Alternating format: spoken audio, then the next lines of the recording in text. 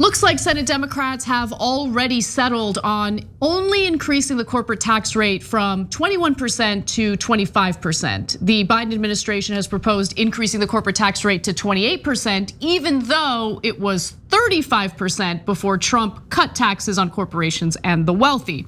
Now, we're learning through reporting by Axios that Democrats who've privately hinted they may be uncomfortable with going to 28%. And that includes Senators Tim Kaine, Mark Warner of Virginia, Kyrsten Sinema of Arizona, and John Tester of Montana. So we're talking about conservative Democrats here who have been bought off by the very corporations who have a vested interest in keeping their corporate tax rate low. Increasing the rate from 21% to 25%, which is what they're proposing here, would raise about $600 billion over 15 years. It would leave President Joe Biden well short of paying for his proposed $2.25 trillion 8-year infrastructure package. And before I go to you, Cenk, I think it's important to take a look at how Senator Chris Coons, a conservative Democrat, is messaging on this bill, because it's not just about keeping the corporate tax rate low. We now see a growing number of corporate Democrats calling for essentially cutting more of the popular provisions in Biden's infrastructure plan. Take a look at what he had to say.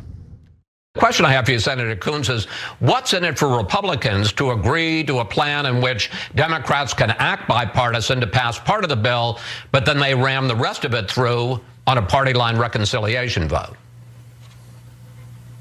Well, Chris, the broader question you're really asking is what's in it for our country and what's in it for the people we represent from our states if Republicans and Democrats work together to solve problems.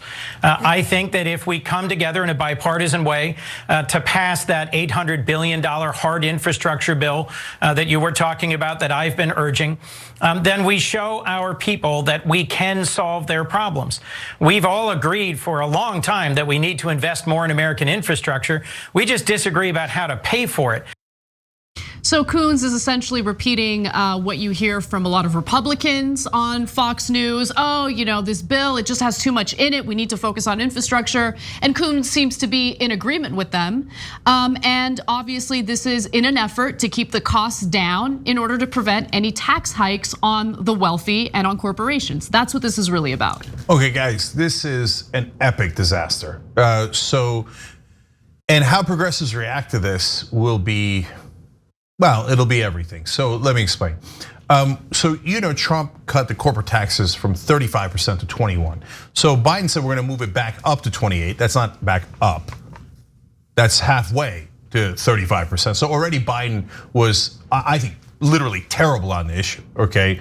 28% is not back up to 35%. So it's basically Biden saying, yeah, I wanna give a giant tax cut to the wealthiest corporations in America by not undoing Trump's tax. Now, he then has signaled a willingness to concede on even the 28%, and now Axios openly, all the senators in Washington openly talking about 25%. So it's gone, 10% from 35 to 25. That is gigantic.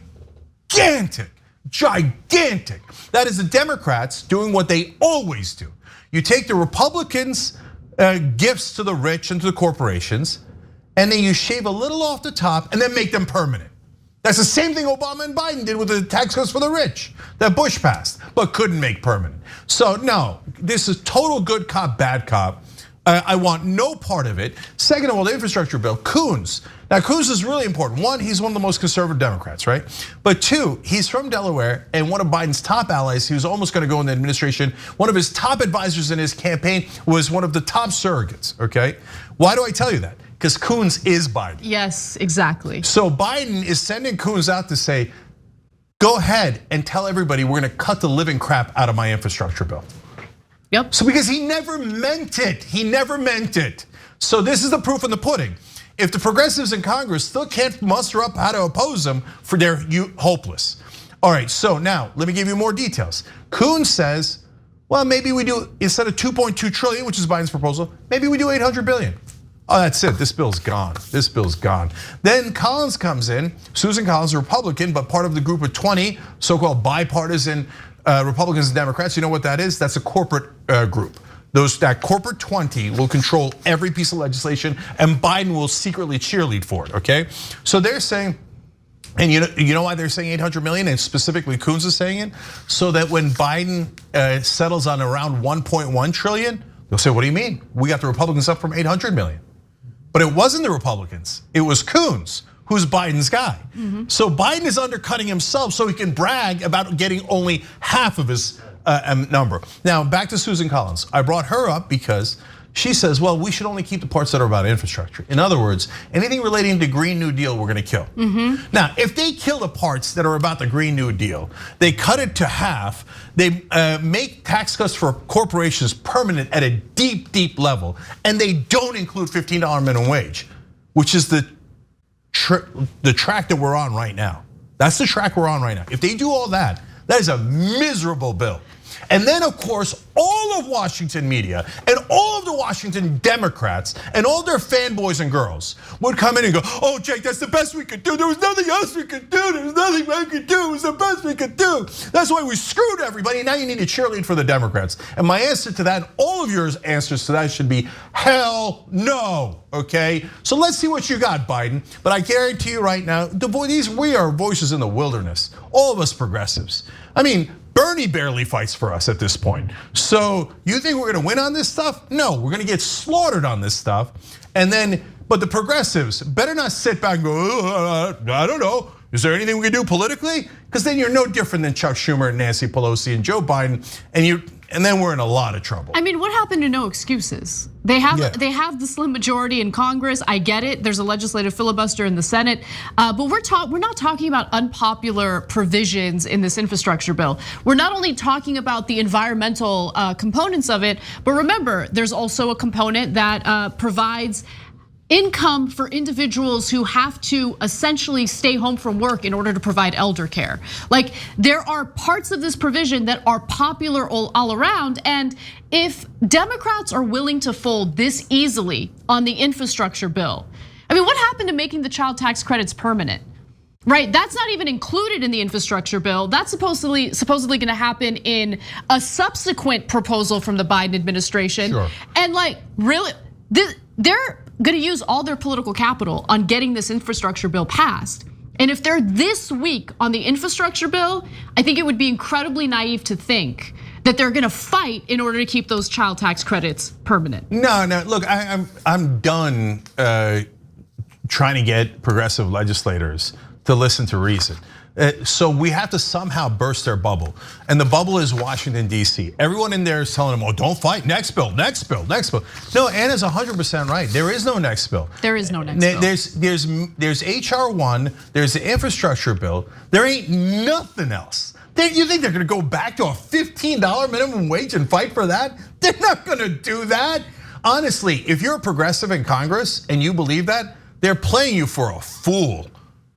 Ask them, give them your concrete example and date of when they're gonna release a bill that has $15 minimum wage in it and fight for it. And how are they gonna fight for it? They won't give you that answer. Nobody will give you that answer because that answer doesn't exist. They're gonna completely drop it. They're gonna go back to the daycare thing and make it permanent? No, hey, you know what? Any so-called progressive in Congress, I'm just directing this to them. Name a number. I'll bet you any amount of money. You think Biden and Pelosi and Schumer are gonna help you pass $15 minimum wage and then they're gonna go make that daycare thing permanent instead of 1 year? Name a number, name any number. You don't even know you're getting played, let alone the fact that you're gonna somehow rally, fight back when you've shown no fight at all, and derail what is about to screw us permanently in the corporate tax rate, let alone the fact that they're not even talking about minimum wage. You guys, all right, good luck to you, because you guys are all geniuses and you have it all figured out, okay, so good luck. Thanks for watching The Young Turks, really appreciate it. Another way to show support is through YouTube memberships. You'll get to interact with us more. There's live chat emojis, badges.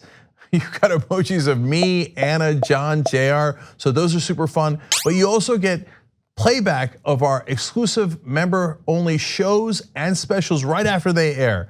So all of that, all you gotta do is click that join button right underneath the video. Thank you.